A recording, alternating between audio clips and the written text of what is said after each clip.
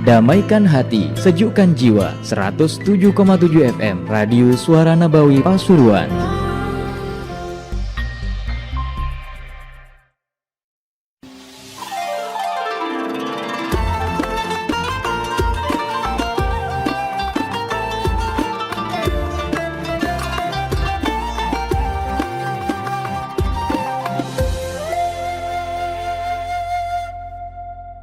Assalamualaikum warahmatullahi wabarakatuh. Alhamdulillah, salatu wassalamu ala sayyidina Rasulillah Muhammad ibn Abdillah wa ala alihi wa sahbihi wa man walah wa la hawla wa la quwata illa billah ma ba'du. Abu Nabi, para pemirsa YouTube Suara Nabi yang dimuliakan oleh Allah. Alhamdulillah, kali ini kita bisa menyapa Anda dalam program Obrolan Religi. Dan tema yang kita angkat kali ini, kita akan membicarakan terkait dengan kehati-hatian seorang muslim dalam beragama. Ya, dan nanti kita akan obrolin, dan sebagai bintang tamu atau narasumber yang kita undang kali ini ada Ustadz Idrus bin Muhammad Al-Hasni. Beliau adalah selaku staf pengajar ada di Ponpes Sunniyah Salafiyah. Baik, kita sapa dulu beliau. Assalamualaikum Ustadz. Waalaikumsalam warahmatullahi wabarakatuh. Baik. Ini kita ada di program Obrolan Religi. Nah, yang kita angkat temanya adalah terkait dengan kehati-hatian seorang muslim dalam beragama. Seberapa penting, Ustaz? Ya. Perintah untuk kita dalam berhati-hati ataukah dalam istilahnya adalah al-wara' fiddin. Ya, berhati-hati dalam urusan beragama itu adalah menjadi satu perintah daripada syariat. Ya, karena memang kehati-hatian ini adalah sebagai satu bentuk bagaimana kita perhatian kepada syariat itu sendiri dan juga termasuk bagian daripada pengagungan kita kepada Allah Subhanahu wa taala. Di saat kita benar-benar mengaku sebagai seorang muslim sejati, maka pastinya kita harus tahu dengan syariat Islam yang telah diberikan oleh Allah dan disampaikan oleh Nabi sallallahu alaihi wasallam. Seorang muslim yang sejati haruslah benar-benar bagaimana dia perhatian dengan syariat itu sendiri. Nah ini, disinilah bagaimana seorang itu di saat dia betul-betul perhatian, dia akan semakin berhati-hati. Karena syariat kita ini, di mana Allah Subhanahu wa taala adalah sudah menjadi ketentuan daripada Allah, di mana Allah Subhanahu wa taala adalah menjanjikan kepada hambanya yang taat dengan kenikmatan yang abadi di surganya, dan juga menjanjikan pula dan mengancam kepada hambanya yang menentang kepada Allah Subhanahu wa taala dengan adab yang pedih ada di dalam neraka. Nah, dari sinilah ya, di saat ada ancaman juga daripada Allah dengan adab neraka, sebenarnya kita haruslah punya untuk rasa khauf di dalam diri kita. Kekhawatiran jangan sampai diri kita ini justru menjadi orang yang telah menentang kepada ajaran Allah sehingga kita layak untuk diazab oleh Allah Subhanahu wa taala di dalam neraka.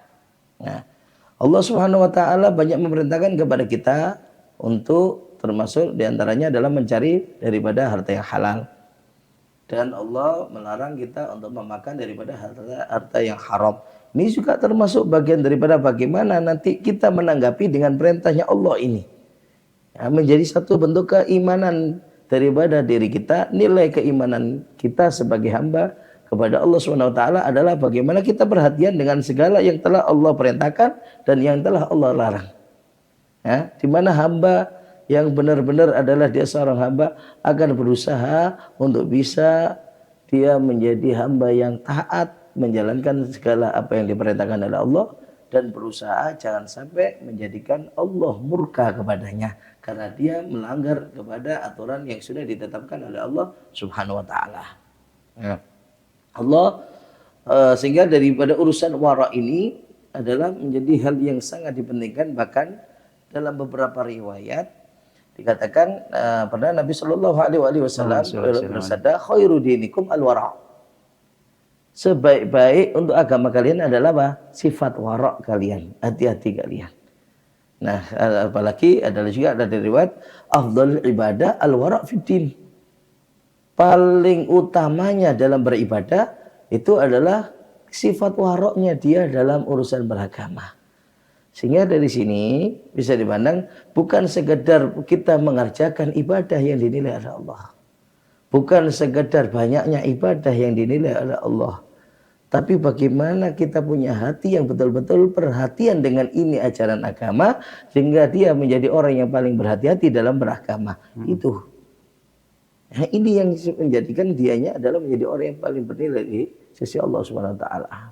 Kita tahu dalam riwayat bahwasanya dikatakan innallaha la yanzuru ila suwarikum wala ila amalikum walakin yanzuru ila qulubikum wa niyatikum. Allah tidak memandang kalian dalam wujud kalian, rupa kalian, tidak memandang dengan zahir kalian dalam amal-amal kalian. Yang kesemuanya itu bisa dilakukan oleh semua orang. Tapi Allah memandang adalah dengan hati dan niat kalian. Ini di samping pertama, amal yang zahir akan mudah untuk dirusak dengan niat yang tidak baik seperti riya, karena mencari pujian manusia dan bukan dia ingin mendapatkan ridhonya Allah itu. Tapi juga Allah ingin pastinya akan mengetahui di saat Allah melihat kepada hati bagaimana kadar pengagungan hambaku ini di saat ibadah dia kepada Allah Subhanahu wa taala, bagaimana perhatiannya dia dengan ajaran yang sudah Allah berikan kepada dia. Nah, itulah sebenarnya ya juga di mana Allah melihat itu daripada kadarnya dia, kadar keimanannya dia, kadar termasuk perhatiannya dia kepada syariat, itu menjadi nilai. Karena itu orang-orang yang salihin, para sahabat, jelas ibadahnya jauh di atas daripada orang-orang yang bukan seperti mereka. Kenapa? Perhatian dan hati mereka untuk urusan agama ini jauh lebih besar daripada kita-kita seperti ini. Nah, dan banyak sebenarnya untuk urusan dan warok ini yang perlu dipahami, bukan hanya urusan makanan, bukan hanya urusan halal haram, tapi mencakup segala hal. Warok itu intinya berhati-hati. Memang kadang-kadangnya identiknya dalam urusan makanan. Ya, untuk bagaimana kita menjaga daripada makanan yang haram atau bahkan yang syubhat pun yang belum jelas untuk kita jaga. Ya, tapi juga sebenarnya warok ini dalam segala hal. Kita bagaimana menjadi orang yang paling berhati-hati. Di dunia ini menjadi orang yang paling berhati-hati. Berhati-hati dalam hal apa? Jangan sampai iman kita menjadi iman yang dicabut oleh Allah. Jangan sampai kita menjadi orang yang terjerumus dalam perbuatan yang haram dan diharamkan oleh Allah. Jangan sampai kita justru melakukan hal-hal yang justru mendatangkan murka Allah. Ini termasuk bagian daripada wara'. Bukan hanya sekedar dia bagaimana bisa meninggalkan daripada makanan yang haram saja. Nah, termasuk dalam beramal. Nah, terkadang kalau urusan makanan sudah jelas. Ya, Nabi Shallallahu Alaihi Wasallam kan sudah bersabda, urusan ini yang termasuk bagian daripada dalil untuk kita berhati-hati dalam urusan agama adalah diantaranya hadis Nabi Shallallahu Alaihi Wasallam, innal halalah bayyinun wa innal harama bayyinun wa bainahuma umur mushtabihat la ya'lamuhunna katsirun minan nas. Wa man ittaqa syubhat faqad istabra'a li dinihi wa 'irdihi wa man waqa'a fi syubhat waqa'a fil haram. Ini kan Nabi berkata bahwasanya yang halal itu sudah jelas. Kenapa? Segala hal yang telah dinas kehalalannya maka sudah jelas itu adalah halal bagi kita. Yang haram pun juga sudah jelas. Segala hal yang sudah dinas oleh Allah atau oleh Nabi keharamannya maka itu adalah haram bagi kita. Tapi di antara kedua ini ada beberapa hal itu yang masih musytabihat, yang masih samar bagi kita. Enggak jelas kehalalannya, tidak boleh jelas keharamannya. Nah, ini perlu untuk kita hindari. Kalau haram sudah jelas harus wajib untuk kita tinggalkan. Maka bagaimana dengan yang syubhat ini? Terkadang orang banyak terjerumus di sini karena menganggap kalau nggak ada yang mengharamkan, dianggap itu adalah hal yang boleh bagi kita. Itu. Nah, untuk menunjukkan bagaimana sikap kita kepada yang demikian. Kalau yang haram sudah jelas harus kita tinggal. Nah, Nabi nyatakan waman ittaqa syubhat, orang yang menjauhi dari perbuatan yang syubhat, dari hal-hal yang syubhat yang belum jelas padahal keharamannya, dia dianggap sudah telah berusaha untuk membebaskan daripada agamanya dia dan juga kehormatan dia. Dia berusaha untuk bagaimana tidak mendapatkan celah daripada syariat, agamanya menjadi agama yang baik, ya, dan juga urusan irdih, kehormatan dia tidak mendapatkan celah juga dari manusia, karena dia berusaha jangan sampai masuk, jangankan ke haram, yang syubhat pun dia tinggalkan. Nah, cuma Nabi sendiri mensifatkan memang syubhat ini la ya'lamuna katsirun minan nas. Enggak banyak orang perhatian. Terkadang bukan masalah enggak banyak orang tahu dengan hukum, banyak. Tapi yang perhatian tidak banyak. Yang terkadang walaupun dia tahu, dia enggak takut dengan yang syubhat. Walaupun dia tahu, dia tetap masih mengambil yang syubhat. Ini karena memang apa? Ya, sifat waroknya belum ada di dalam hatinya. Ini ya. Nah, padahal orang yang sudah terjerumus dalam syubhat, dia kelak bakal pasti akan terjerumus ke yang haram dengan yakin pun bakal akan dia ambilnya. Ya, ini termasuk bagian daripada dalil. Belum lagi untuk yang makanan halal, haram dan juga meninggalkan yang haram, itu sudah menjadi perintah daripada syariat kita. Nabi sendiri mengatakan talabul halal fardhun ala kulli muslimin. Mencari yang halal itu adalah wajib bagi setiap orang muslim. Dan juga bagaimana Nabi pernah bersabda, sungguhnya Allah merintahkan kepada kalian sebagaimana yang Allah perintahkan kepada para rasul. Apa? Dalam ayat Al-Quran mengatakan, ya ayyuhar rusulu kulu minat tayyibati wa'malu salihah. Wahai para rasul, makanlah yang at-tayyibat. Tayyibat itu bukan nikmat, bukan lezat, tapi at-tayyibat maknanya adalah al-halal. Daripada rezeki yang halal, setelah itu baru wa'malu salihah, beramal saleh. Ya, di sini Nabi Allah Subhanahu wa taala lebih mendahulukan untuk makanan yang halal sebelum kita diperintahkan untuk beramal. Ya, padahal intinya sebenarnya untuk kita beribadah, amalnya. Ya, tapi kenapa Allah merintahkan bahkan para rasul makan yang halal dulu baru beramal?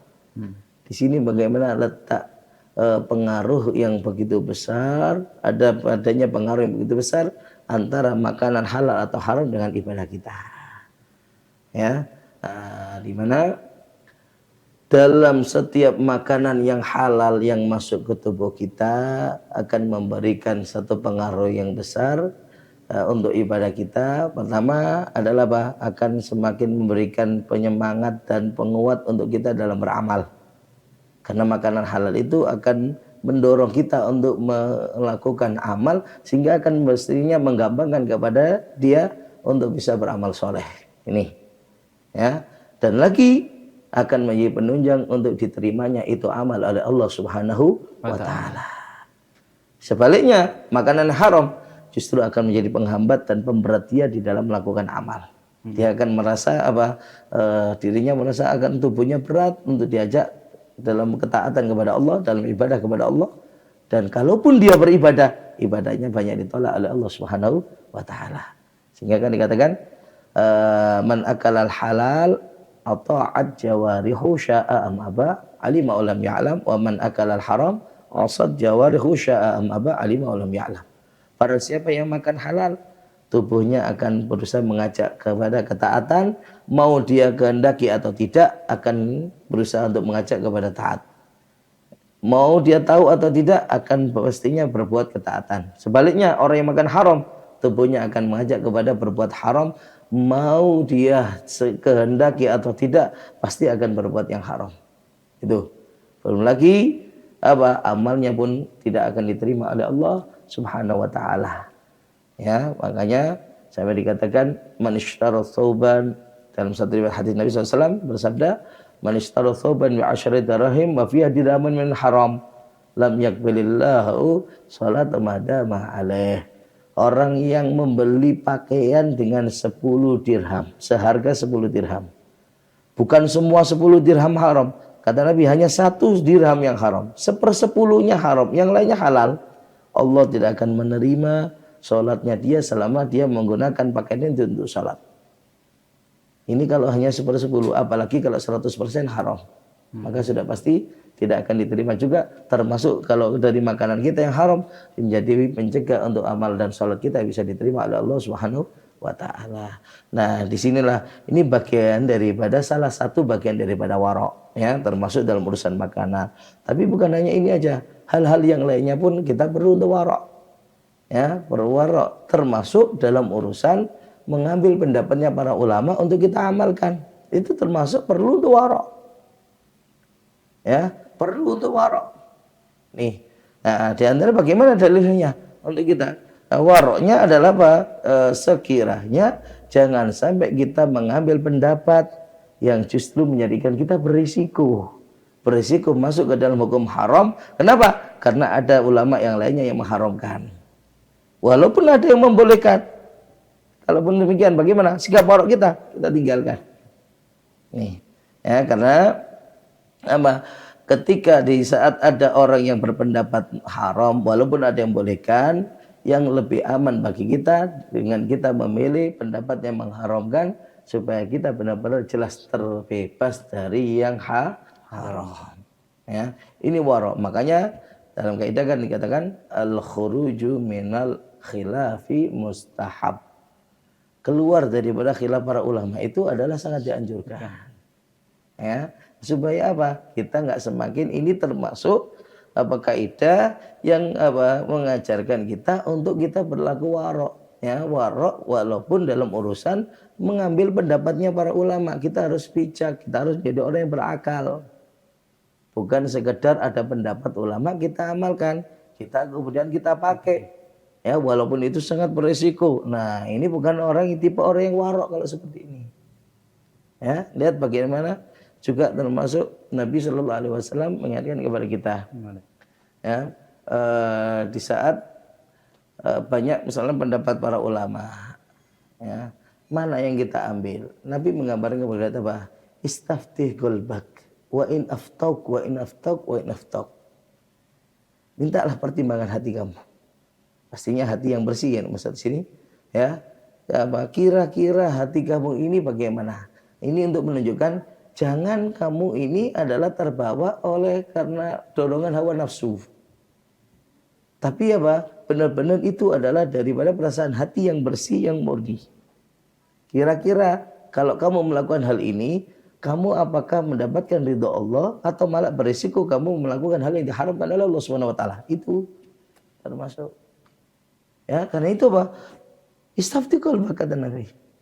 Ya, minta pertimbangan hati kamu. Wa in aftok, wa in aftok. Walaupun banyak ulama berfatwa boleh misalkan ini, tapi kalau hati kamu kurang pas karena ada yang mengharamkan. Nah, ini sebenarnya yang perlu untuk kita ambilnya di situ. Apa? Menunjukkan bagaimana Nabi menuntut kepada kita, mengajarkan kepada kita untuk warok dalam beragama.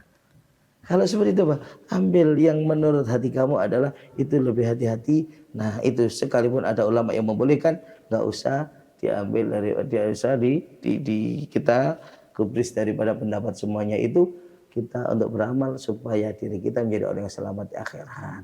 Baik. Ya, nah ini bagaimana sebenarnya lengkapnya syariat kita ya dan betul-betul menginginkan kita menjadi orang yang paling hati-hati dalam beragama. Nah. Ustaz, sebagian orang ini nggak bisa membedakan antara warok dengan waswas, Ustaz. Apa perbedaan mendasar antara waswas dengan warok?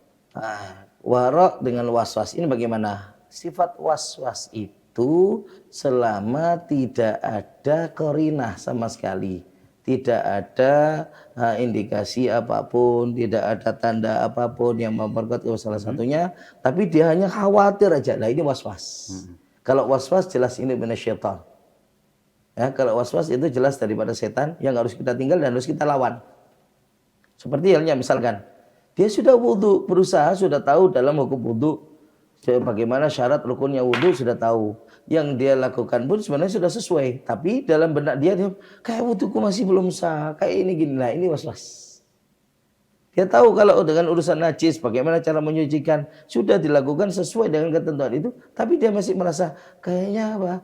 Masih najis, belum. Nah, ini waswas. Kalau seperti ini sudah, ini waswas harus kita tinggalkan. Ya, tapi kalau urusan masalah warok ini selama ada qarina, memang ada tanda-tanda untuk mengarah ke sana. Kenapa kok ini kau lebih mengharap? Ya karena ada pendapat ulama mengatakan haram. Ada tanda yang justru mengarah untuk menyatakan bahwa kalau hukumnya itu adalah haram. Itu loh, kalau hukumnya adalah haram dan kita pun diperintahkan oleh Nabi sallallahu alaihi wasallam Da'ma yuribuka ila ma la yuribuk loh. Ini bukan was-was. Kenapa ada yang menjadikan dia untuk apa? Tinggalkan apa yang menjadikan kamu bingung, yang menjadikan kamu itu ragu, menuju yang kamu tidak ragu. Apa yang menjadikan ragu? Ya itu tanda yang menjadikan ragu. Khawatir ini haram. Karena ada apa? Kabar ini daripada makanan yang apa tidak disembelih dengan benar, dengan ini. Nah, itu adalah apa? Warok, itu bukan was-was. Kalau ini anggap semua orang ini kelihatannya haram semuanya, hartanya ini gini. Nah, ini dari mana ini dalilnya? Yeah. Mengatakan apa kalau apa hartanya orang semua haram. Nah, kalau seperti ini, ya ini apa justru dia telah terpengaruh oleh gangguan syaitan seperti itu.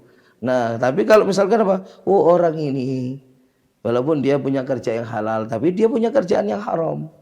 Nah, ini kan kalau kita mendapatkan murid dari dia atau kita bermuamalah dengan dia, ini bagaimana? Kalau bisa kita tinggalkan. Jangan diambil pemberiannya daripada dia, atau kalau berupa makanan ya jangan dimakan. Ini warok. Inilah yang dikatakan ihtiyat, hati-hati. Jadi bukan was-was. Wah, kamu was-was ya. Enggak tahu ini haram atau enggaknya. Lah, kalau enggak ada korina apapun, itu baru kita suudzon sudah sama orang. Ya, kita suudzon. Tapi ini ada tanda dia ada pekerjaan yang haramnya, penghasilan yang haramnya. Sehingga bagi kita, ya sudah, bagi kita tentunya untuk diri kita sendiri hati-hati. Urusan dia yang dikasihkan kepadaku adalah benar-benar dari halal, karena aku nggak tahu, sudah, aku lebih baik meninggalkan supaya lebih aman agamaku, supaya tidak sampai terjerumus ke dalam perkara yang haram. Ini. Baik, Ustadz, ini ada sebuah survei ini mengatakan bahwa banyak dari ayam potong yang beredar ada di pasar-pasar ini tidak sesuai cara penyembelihannya, alias jadi bangkai. Nah, ini bagaimana cara kita untuk mengantisipasi agar tidak salah dalam memilih ayam potong yang halal, Ustadz? Iya, memang kita yang jadi permasalahannya di sini terkendala banyak untuk urusan ini. Ya, kita juga sebenarnya saya termasuk bagian daripada MUI yang ada di kota. Sebenarnya juga ada pembahasan yang seperti ini juga terkait urusan masalah adanya RPH untuk ayam potong dan unggas. Nah, itu supaya sekiranya potongannya itu semuanya sudah sesuai dengan syariat. Nah, cuma kan urusan masalah ini banyak terkendala. Di samping belum ada RPH di Pasuruan untuk urusan ayam potong dan unggas, belum juga terkendala masalah biaya. Karena kebanyakan para pekerja ini, orang yang bekerja yang pengusaha ayam potong ini adalah bukan orang-orang tingkat menengah ke atas. Kebanyakan hanya menengah bahkan ke bawah. Itu. Sehingga kalau masih terkendala dengan biaya ini bisa jadi kan menjadikan untuk keuntungan mereka adalah sangat minim sekali, yaitu ya. Makanya bagi kita bagaimana sebenarnya kalau urusan kita mau menjadi orang yang warok, orang-orang tua kita dulu mengajarkan kita untuk menjadi orang yang paling warok. Bagaimana? Mereka itu dulu adalah hampir di setiap rumah, hampir setiap daripada mereka itu pasti punya ternak. Apakah itu kambing, apakah itu ayam. Ini termasuk ya bagian daripada warok. Ini sebenarnya mereka punya ternak itu untuk tujuan apa? Itu bisa ada dua tujuan. Yang pertama adalah menunjukkan mereka menjadi orang yang karom. Mereka itu orang yang paling dermawan dan senang menjamu tamu. Kenapa? Nah, untuk menunjukkan mereka akan mudah untuk menjamu tamu. Di saat kedatangan tamu cukup mereka akan potongkan. Apakah itu potong ayam kalau memang tamunya sedikit, atau kalau banyak rombongannya potongkan kambing. Tuh. Yang kedua adalah ya urusan warung ini. Kenapa? Mereka nggak perlu beli di pasar yang sudah terpotong. Nah, mereka mendapatkan dari ayam mereka sendiri untuk dipotong sendiri, ya, sehingga mereka pasti bisa meyakinkan dan memastikan kalau sembelihan ini adalah sah secara syariat, sehingga pastinya yang dimakan adalah daripada harta yang halal secara yakin. Nah, itu termasuk bentuk sifat waroknya orang-orang dahulu. yang sekarang jarang bisa kita dapati. Nah ini, nah, yang jelas apa? Ya, untuk bagaimana kita minimal kalau kita katakan selama misal ya kita masih memungkinkan untuk beli yang hidup untuk kita sembelih itu lebih baik. Ya itu lebih baik. Itu pastinya lebih warok bagi kita karena kita akan meyakinkan pasti apa ayam ini disembelih dengan cara yang benar karena kita yang nyembelih sendiri itu. Ya, kalau enggak bagaimana? Ini minimal adalah apa? Cari dari penjual yang muslim dan sudah terlihat daripada lehernya itu sudah tersembelih dengan cara yang benar. Artinya apa? Kelihatan semuanya bagian yang di lehernya baik itu urat daripada makanan atau nafas sudah terpotong secara sempurna. Itu minimal. Itu minimal sebagai kehati-hatian kita. Walaupun apakah itu sudah menjamin? Belum. Apakah itu sudah menjamin? Belum. Ya, terlebih sampai tadi kita pun juga mendengar kabar ya ada istilahnya dengan ayam gores. Ayam yang penyembelihannya hanya sekedar digores sehingga tanpa melukai yang bisa mengeluarkan darah, enggak. Tujuannya apa? Walaupun kan memang ada sebagian yang kita terkadang menjadi satu rumor ya, enggak dikeluarkan darah untuk untuk apa? Seperti rumah-rumah makan supaya apa? Karena menganggap kalau darahnya tidak keluar ayam itu akan terasa semakin gurih dan lain sebagainya ya itu. Tapi ada lagi itu kalau untuk rumah makan yang terkadang ini untuk pengusaha ayam potong melakukan hal demikian. Apa katanya? Ada yang mengatakan dengan alasan kalau darah nggak dikeluarkan semakin menambahi bobot. Semakin menambahi bobot. Inilah yang kadang-kadangnya perlu bagi kita sebenarnya harus lebih ekstra lagi ya lebih ekstra lagi untuk berhati-hati. Yang jelas jangan sampai mengambil dan membeli dari ayam impor yang nggak jelas ya, terlebih itu dari negara-negara yang mayoritasnya adalah orang kafir ya, yang mayoritasnya adalah orang kafir.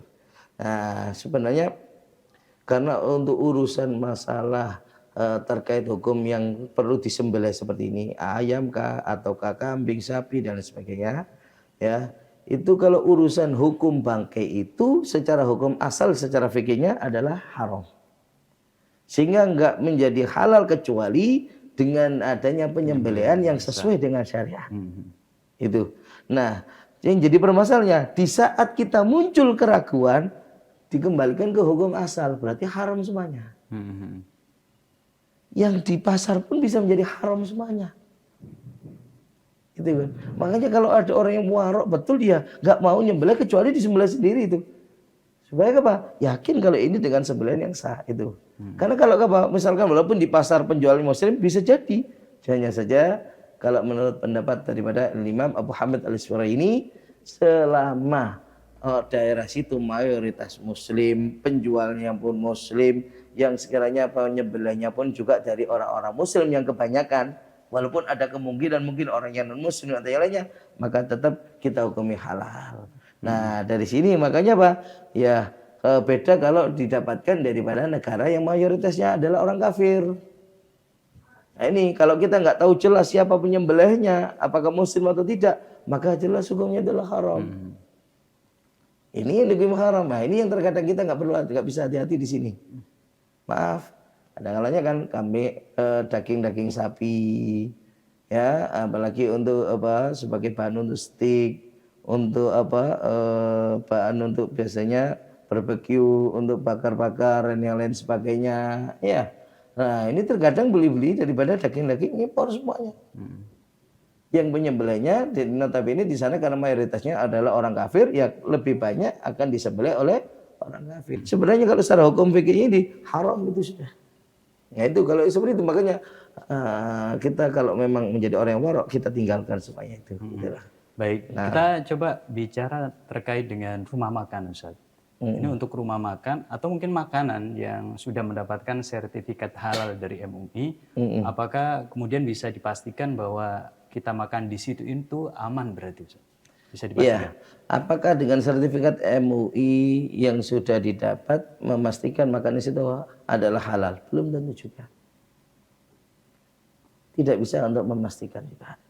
Ya, kenapa? Karena kalau kita lihat juga daripada prosesnya, antara proses saat pengurusan sertifikat dengan untuk masa setelahnya itu bisa berbeda. Ya, dan terkadang saat mau untuk adanya penelitian daripada pihak MUI atau Kemenak yang sekarang sebenarnya sudah diurusi oleh Kemenak, sudah bukan lagi ranahnya MUI sebenarnya untuk sertifikat halal, ya, tapi sudah Kemenak yang mengeluarkan pun daripada kantor Kementerian Agama sebenarnya. Nah itu bagaimana?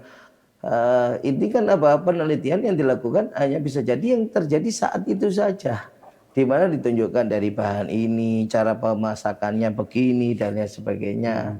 Nah itu ya sebenarnya kalau kita lihat ketat, malah saking ketatnya, saking susah menjadikan sangat sulitnya untuk mendapatkan sertifikat halal sekarang.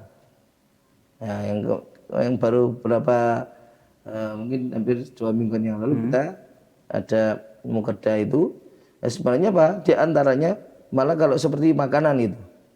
Sumber makanannya dari bahannya dari apa? Kalau sudah ada sembelihan, itu sebenarnya? Yang nyembelih siapa? Dari RPH mana? Kalau disembelih sendiri nggak dianggap, nggak mendapatkan sertifikat halal. Itu makanya kebanyakan kalau rumah makan jadi itu nggak mendapatkan sertifikat halal karena kesulitan. Beli di pasar loh, berarti pasarnya belum mendapatkan sertifikat untuk penyembelihannya, berarti nggak dianggap dagingnya itu halal ataukah ayamnya itu halal. Sebenarnya demikian. Itu ya, cuman kan kalau sekalipun mendapatkan ya, tapi permasalahannya apakah akan berkelanjutan juga demikian yang dilakukan oleh rumah makan itu. Sedangkan kalaupun ada pemeriksaan kembali itu pun berkala dalam jangka waktu tertentu. Ya, dalam jangka waktu. Untuk setelahnya ya kita juga nggak tahu. Termasuk produk makanan yang sudah mendapatkan sertifikat halal saja. Sekalipun. Itu sekalipun demikian. Ya. Baik Ustaz, kembali menyinggung mengenai ayam Ustaz. Ini biasanya ayam setelah dipotong itu kemudian dibersihkan itu masih keluar darah Ustaz. Nah, bagaimana hukum darah ini? Apakah bisa menyebabkan tidak diperbolehkan untuk memakan ayam tersebut? Iya. Nah, ya, terkait untuk masalah darah, yang jelas darah itu sendiri pasti adalah najis. Cuma permasalahannya, dalam darah yang ada di daging, apakah daging ayam ataukah dari kambing, sapi, yang sekarang juga akan mendekati daripada Idul Kurban. Nah, ini bagaimana hukumnya? Nah, darah yang ada di daging, ya, itu selama kalau dalam pembahasan terkait dengan hukum fikih ya, selama tidak bercampur dengan air yang ditujukan untuk membersihkan dan membasuh, maka semua itu darah adalah dimaafkan, dima'fu. Jadi sebenarnya kalau orang potong kambing itu nggak perlu disiram, nggak perlu dicuci, langsung setelah potong misalkan usahakan makanya bersih, nggak kena najis. Kalau najisnya hanya dari darahnya itu nggak ada masalah, langsung masuk ke panci selesai. Walaupun kalau perlu pancinya airnya berwarna kemerahan gara-gara darah, tetap itu semuanya dimaafkan. Itu semuanya dimaafkan. Nah, justru adalah di saat kita sudah berusaha untuk mencuci. Nah, ini kalau sudah untuk mencuci berarti menyiramkan air untuk tujuan pembersihan, wajib bersih secara tuntas. Kalau enggak, nah itu enggak dimaafkan lagi. Itu. Nah, walaupun sebenarnya juga ada itu kalau selama masih yang mengalir yang di luar, adapun yang mahbus yang tertahan di dalam itu semuanya adalah dimaafkan. Yang jadi masalah itu kalau yang bagian yang luarnya ini, yang najis itu apalagi yang dari darah yang mengalirnya itu aja yang dikatakan najis yang memang harus dibersihkan. Perkara di dalamnya ada lagi nanti, nah itu semuanya dimaafkan. Baik, kebetulan saya ini senang ikan cumi Ustaz. Nah ini cumi ini kan biasanya mengeluarkan cairan hitam itu Ustaz. Nah ini banyak ditanyakan, ini bagaimana hukumnya? Cairan hitam. Cairan hitam ini memang di kalangan para fuqaha sendiri ada perbedaan pendapat. Ya, kalau sebagian dari para ulama termasuk dari kalangan para habaib kita juga ada ya dari Al-Habib Abdullah bin Umar bin Yahya di fatwanya beliau pun itu juga membahas ya pertanyaan terkait sebagian daripada ikan yang mengeluarkan cairan. Ini bagaimana? Nah, memang itu sampai di situ pun juga cairan ini biasanya digunakan untuk menahan dari musuh yang ingin menyerang. Iya. Dari para pemangsa. Nah, dikeluarkan itu cumi ini kan. Nah, ini bagaimana? Nah, kalau beliau dalam fatwanya itu berpendapat karena itu sudah masuk daripada area bagian batin, bagian dalam, ya maka sebagaimana hukum semua yang daripada bagian dalam adalah najis. Makanya kalau menurut beliau itu hukumnya adalah najis. Cuma ada pendapat yang lainnya sebenarnya juga ya daripada Al-Imam As-Sukhri itu yang menganggap itu adalah suci dan itu halal. Nah, kalau kita mau untuk lebih berhati-hati ya nggak usah dimakan yang dengan cairannya. Tapi memang ya menjadi penambah kelezatan dan kenikmatan dalam cumi itu kalau sudah ada cairan. Iya, kalau cairan hitamnya itu dihilangkan, kurang ini Ustaz, kelezatannya. Iya, iya. Baik, termasuk makanan ini Ustaz yang sering juga katanya ini apa namanya diragukan ini kehalalnya itu bakso Ustaz. Ada yang bilang, oh ini dicampur dengan ini. Ada sebagian juga yang mengatakan, oh itu ada campuran babinya, daging babinya atau minyak babinya. Iya. Nah ini gimana untuk memastikannya juga Ustaz? Ya, nah disinilah sebenarnya juga kita harus lebih bisa untuk pilah-pilah. Ya, pilah-pilah dalam membeli makanan. Yang pertama pasti kita pilih penjualnya muslim atau bukan. Itu termasuk bagian daripada kita kehati-hatian. Ya, orangnya kira-kira bagaimana dalam agamanya baik atau enggak, dia orang yang taat, orang yang ahli sholat atau enggak. Itu ya, itu termasuk bagian daripada kehati-hatian. Nabi kan sudah memberikan kepada kita la takul illa ta'amat taqiyin. Jangan makan kecuali makanannya orang yang takwa. Maka orang takwa itu bukan karena kita dikasih aja. Ya termasuk dengan kita beli itu. Artinya apa? Kalaupun membeli, usahakan dari pembeli yang penjual yang kita lihat dia adalah termasuk orang yang bertakwa. Oh dia orang yang muslim, juga muslim yang taat. Dia selalu sholat 5 waktu. Nah itu kita bisa insya Allah lebih aman sesuai dengan daripada yang diperintahkan oleh Nabi Sallallahu Alaihi Wasallam. Nah itu. Ya, kalau seandainya Pak, oh ini beresiko, sudah banyak rumor ini. Sebenarnya walaupun secara fikih kita hukumi itu adalah halal. Maaf ya, terkadang kayak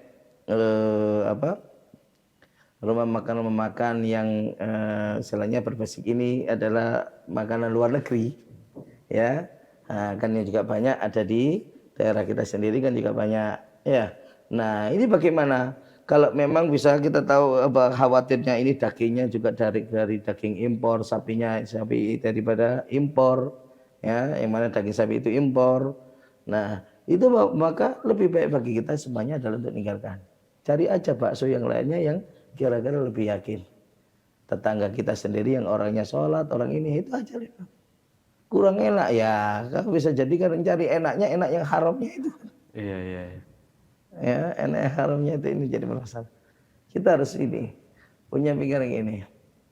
Kalau kamu misalkan tidak makan makanan itu, apakah kamu akan darurat sampai keadaannya mati atau mungkin keadaannya begini. Kalau kita katakan tidak loh, buat apa kita memaksakan diri untuk makan? Padahal seandainya kamu makan dan memang benar-benar itu haram, kamu berisiko bisa diazab oleh Allah, bisa menjadikan ibadahmu enggak diterima oleh Allah, bisa menjadikan kamu menjadi orang yang sangat berat untuk melakukan ibadah kepada Allah Subhanahu wa taala, malah ringan dalam bermaksiat. Ini kan kerugian yang besar karena kerugiannya akhirat kita. Loh, kalau kita enggak makan itu enggak merasa untuk rugi karena apalagi enggak darurat. Kalau sudah darurat silakan, yakin yang haram pun bisa halal ketika kita darurat. Tapi selama enggak, nah ini terbukti apa? Nafsu kita yang lebih mendorong itu. Bahkan sebenarnya ketika dorongan nafsu justru itu adalah sangat resiko untuk kalau itu adalah haram. Ya, orang kalau sudah menjaga dari yang haram, benar-benar dalam hatinya dia Kalau perlu seperti menaruh janji kepada Allah enggak mau makan kecuali yang halal, Allah akan menjaga dirinya. Jaga itu dengan apa? Di antara orang kaum solehin, orang-orang soleh itu ada yang dikasih tanda oleh mereka. Dengan apa? Makanan itu nanti kalau apa menuntut seolah-olah apa betul-betul kepingin untuk kita memakannya, oh itu tahu ini haram. Ada di antara mereka apa? Sarafnya bergerak satu. Oh, ini ada haram makanan, jangan diambil. Iya. Nah, ketika ada yang demikian, ada daripada para habaib kita di antara itu, namun dia satu saraf, aku semua sarafku yang di tubuhku ini bergerak langsung mengatakan kalau itu haram. Itu bahkan tahu, ya ini haram bisa memastikan tahu. Sampai di antara mereka itu, ini artinya apa? Orang yang benar-benar mujahadah untuk meninggalkan yang haram. Ya, ini kan dan jahadu fina lanahdiyannahum subulana itu sebenarnya berlaku juga seperti ini. Allah akan memberikan jalannya untuk dia jauh daripada yang haram juga. Bisa dengan cara apa? Justru diberikan karamah kepadanya ya daripada Allah sehingga bisa mengetahui yang mana yang halal dan yang haram. Abu Bakar bin Abdullah Al-Attas. Ya, beliau termasuk guru besarnya daripada Sahibul Maulid Al-Habib Ali Muhammad Al-Habsyi. Pernah satu ketika berkunjung ke rumah daripada murid beliau. Wah, disuguhi telur. Habib ini paling sering telur. Wah, ini disuguhi berapa telur gitu. Ketika sudah ya, saat disuguhi telur ini, lihat telur itu, ngomong, ini telur, yang telur-telur 3 ini halal, yang sisanya itu haram. Ini telur-telur yang ini halal, yang itu haram. Lu enggak itu haram ya situ. Coba tanyakan sama istrinya. Kamu dapat dari mana telurnya ini? Loh, dari beli. Ya, ini telur dari beli. Enggak, coba silakan cari tahu. Kau beli dari mana? Wahai istriku, dari tetangga. Coba tanyakan ke tetangga. Untuk apa? Benar-benar memastikan. Kau iya punya telur tadi yang kau beli itu telurnya dari mana? Ya, itu yang 3 itu telur ayamku sendiri. Terus yang isinya itu ayam yang ada ayamnya tetangga bertelur di tempatku. Ya itu termasuk yang tak jual. Ya ya. Oke. Jadi Allah menunjukkan kita. Ya.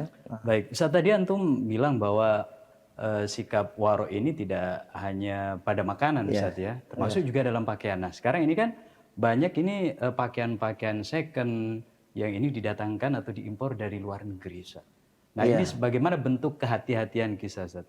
Kehati-hatian kita terhadap pakaian-pakaian yang diimpor dari luar negeri dan itu banyak yang second. Ya, sekarang permasalahannya apa yang menjadikan untuk ini? Kalau resikonya hanya urusan masalah haram, ya kita lebih baik jangan sampai beli. Nah, tapi kalau misalkan itu adalah di sana sampah. Iya. Ya. Yang sebenarnya adalah dibuang tapi dipungut untuk kemudian di sini dijual. Karena branded ya, bermerek. Jadi, nah kalau urusannya masalah apa? Kekhawatiran karena di sana orang kafir yang mereka adalah kebanyakan mungkin punya anjing dan yang sebagainya, makannya babi atau yang lainnya lain. Maka bagaimana? Ya sebenarnya kalau hanya permasalahan itu, ya kita pun bisa memastikan untuk sucinya dengan cara apa? Basuh aja seperti cara kita menyucikan kepada najis yang mughalladhah. Apa? Ya 7 kali basuhan, salah satunya campur dengan debu, ya itu sudah menjadi suci. Itu sudah menjadi suci.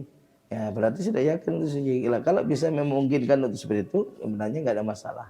Walaupun apa? Ya lebih hati-hati, khawatir itu barang curian atau yang lainnya, ya sudah tinggalkan.